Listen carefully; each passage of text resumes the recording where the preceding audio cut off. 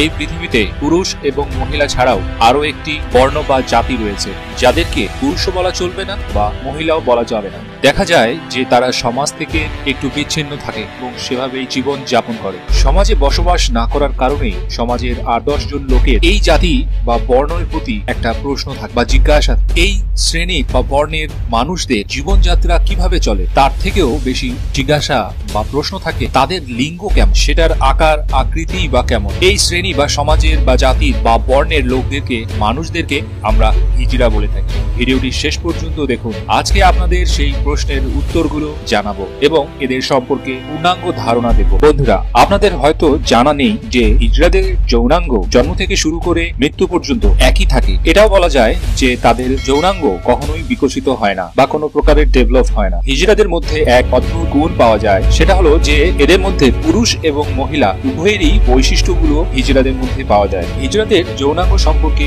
সকলেরই অনেক প্রশ্ন থাকে, এমনকি গুগলের সার্চেও হিজড়াদের সম্পর্কে অনেক সার্চ করা হয় তাদের যৌনাঙ্গ সম্পর্কে ধারণা বা জানার জন্য, কিন্তু সেখান থেকে হিজড়াদের বিষয়ে তাদের খুব বেশি আকারে কোনো ইনফরমেশন বা তথ্য মেলে না। আজকে জানবো বাস্তবে হিজড়াদের যৌনাঙ্গ দেখতে বা তার আকার আকৃতি বা কেমন। হিজড়া আসলে দুই প্রকারের হয়ে থাকে, এক যা পুরুষদের মতো দেখতে, দুই যা মহিলাদের মতো দেখতে। তবে আপনি তাদের যৌনাঙ্গর বিষয়ে কোনোভাবে না দেখে কোনো মতামতই দিতে পারবেন না যে ওদের আকার আকৃতি বা কেমন। হিজড়াদের যৌনাঙ্গে কিছুটা পুরুষের বা কিছুটা মহিলার যৌনাঙ্গের আকৃতি থাকে, তবে সেটা অবিকশিত ভাবেই মিলে না। পুরুষদের মতো দেখতে যে হিজড়া, তাদের অন্ডকোষ থাকে কিন্তু তাদের কোনো ডিম্বাশয় থাকে না। আর অপরদিকে যে ক্ষেত্রে মহিলা হিজড়া ডিম্বাশয় নিয়ে জন্মগ্রহণ করে। জ্যোতিষীদের মতে বীরের অধিকতরতার কারণে জন্মগ্রহণ করে, রব বা রজের অধিক হবার কারণে মহিলা জন্মগ্রহণ করে। বীর এবং রজ যখন সমান সমান হয় তখনই হিজড়ার সন্তান জন্মগ্রহণ করে। বন্ধুরা, আপনাদের একটি বিষয় জানিয়ে রাখি যে অনেক শতাব্দীর আগ থেকেই হিজড়াদের জন্ম হয়ে আসছে, কিন্তু এখন পর্যন্ত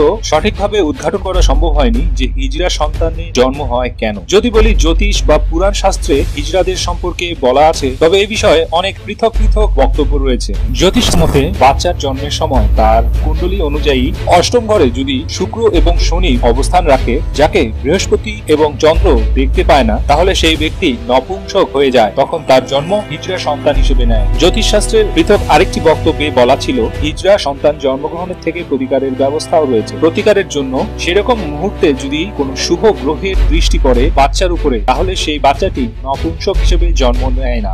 এই হিজড়া সন্তান জন্মগ্রহণের ক্ষেত্রে জ্যোতিষ শাস্ত্রের মতামত হচ্ছে চন্দ্র, চাঁদ, মঙ্গল এবং সূর্য এবং প্রচেষ্টার মাধ্যমে গর্ভধারণ হয়, যেখানে বীরের অধিকতার কারণে পুত্র সন্তান এবং রব অধিকতার কারণে কন্যা সন্তান জন্মগ্রহণ করে। অপরদিকে হিজড়াদের জন্মগ্রহণের কারণ হিসেবে মনে করা হয় রজ এবং বীর সমান পরিমাণ হওয়ার কারণেই হিজড়া সন্তানদের জন্ম হয়। শাস্ত্র মতে বলা হয় হিজড়াদের জন্ম তার গত জন্মের পাপের কারণে এ জন্মে তাদের হিজড়া হিসেবে জন্মগ্রহণ নিতে হয়। পৌরাণিক প্রথার কথা যদি বলা হয় তাহলে অর্জুনের পরিচয় অনেকদিন পর্যন্ত হিজড়া শ্রেণীভুক্ত ছিল বলে মনে করা হতো। মুঘল সম্রাটদের আমলের কথা যদি বলা হয়, তাহলে সেখানেও হিজড়াদের রাজদরবার পরিচালিত হয়ে আসছিল। বন্ধুরা, হিজড়াদের সম্পর্কে বলা হয় হিজড়া যদি কাউকে আন্তরিকভাবে মন থেকে যদি আশীর্বাদ বা দোয়া করে দেয়, তাহলে সেটা অবশ্যই পূরণ হয়। আর মন থেকে যদি কাউকে অভিশাপ দেয়, তাহলেও সেটা অবশ্যই পূরণ হয়, সেটা প্রতিফলন ঘটে। হিজড়া সম্প্রদায়কে যদি আন্তরিকভাবে বা দিল খুলে মন প্রাণ থেকে যদি আপনি দান করেন, তাহলে আপনার সকল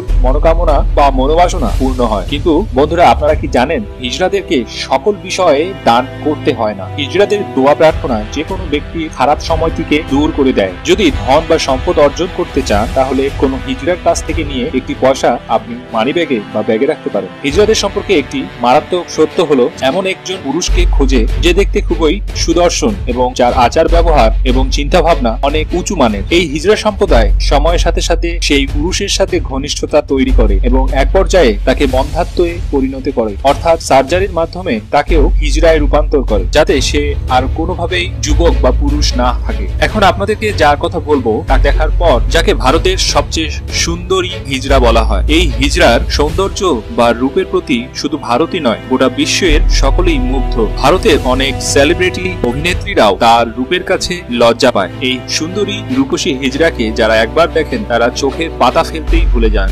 তার বসস্থান মণিপুরে। সে হলো মণিপুরের 27 বছর বয়সী বিশেষ উইলি। তিনি এতটাই সুন্দরী যে তার সামনে একটা নারীর সৌন্দর্য তামাটে হয়ে যায়। নিজের এই রূপের কারণে হুইরেম থাইল্যান্ডে অনুষ্ঠিত miss miss international beauty queen কম্পিটিশনে অংশগ্রহণ করে। সেই প্রতিযোগিতায় অংশগ্রহণ করে শুধুমাত্র হিজড়ারাই। 2004 থেকে অনুষ্ঠিত হয়ে আসছে এই প্রতিযোগিতা। হুইরেম ব্যাঙ্গালোরের ইউনিভার্সিটি থেকে ফ্যাশন ডিজাইনিং এর উপরে গ্রাজুয়েশন গ্রহণ করে। এখন হুইরেম মণিপুরের সিনেমাতেই অভিনয় করছে। বন্ধুরা, বিশ্বাস করুন, মণিপুরের এই হিজড়াকে দেখার পর আপনার মন চাইবে তাকে তৃতীয়বার দেখতে। আপনি চিন্তায় পড়ে যাবেন যে উপরওয়ালার সৃষ্টি সম্পর্কে। তাদের দুনিয়াটা যতটাই আলাদা, তেমনি আলাদা তাদের রীতি রেওয়াজ ও সংস্কৃতি। যদি কোনো হিজড়া মৃত্যুবরণ করে তাহলে মৃত দেহটিকে নিয়ে কি করা হয় আপনি কি জানেন? হিজড়াদের শেষকৃত্য কিভাবে করা হয়? হিজড়াদের শেষকৃত্য গোপন রাখা হয়। অন্য ধর্মাবলম্বীদের থেকে হিজড়াদের শেষকৃত্য একদম উল্টো। তাদের শেষকৃত্য বা মৃতদেহটিকে নিয়ে তারা দিনের বেলা নয়, রাতের অন্ধকারেই বের হয়। হিজড়াদের মতে কেউ যদি হিজড়াদের অন্তিম সংস্কার বা শেষকৃত্য অনুষ্ঠানটি যদি কেউ দেখে তাহলে সেই ব্যক্তি তার পুনর্জন্ম গ্রহণের সময় সে হিজড়া হয়ে জন্মগ্রহণ করে। তাই তাদের শেষকৃত্য সাধারণ মানুষ এমনকি হিজড়াদেরকেও দেখার সুযোগ দেয় না। তারা চান না যেন আগামী জন্মে তারা পুনরায় হিজড়া হোক বা সাধারণ কোনো মানুষ হিজড়া হয়ে জন্মগ্রহণ করুক। সেজন্য হিজড়াদের মৃতদেহকে এমন একটি জায়গায় দাফন করা হয় বা কবর দেওয়া হয় যেন সেখানে কোনো ব্যক্তিরাই জানতে না পারে। হিজড়াদের মৃতদেহকে দাফন করার পূর্বে তাকে জুতা এবং স্যান্ডেল দিয়ে মারা হয়। এতে করে মনে করা হয় হিজড়ারা তাদের এ জন্মের সকল পাপ এবং কৃতকর্মের প্রায়শ্চিত্ত করে ফেলে। হিজড়াদের সম্প্রদায়ের যদি কেউ মারা যায় তাহলে হিজড়ারা আগামী 7 দিন অর্থাৎ 1 সপ্তাহ না খেয়ে থাকে। হিজড়াদের মধ্যে কেউ যদি মারা যান তাহলে তারা আনন্দ উল্লাস করে, কারণ এই নরক জীবন থেকে মুক্তি পায়। আমাদের কমেন্ট করে জানাবেন যে হিজড়াদের সম্পর্কে আপনার কোন বিষয়টি সবচেয়ে অদ্ভুত এবং আজব মনে হলো।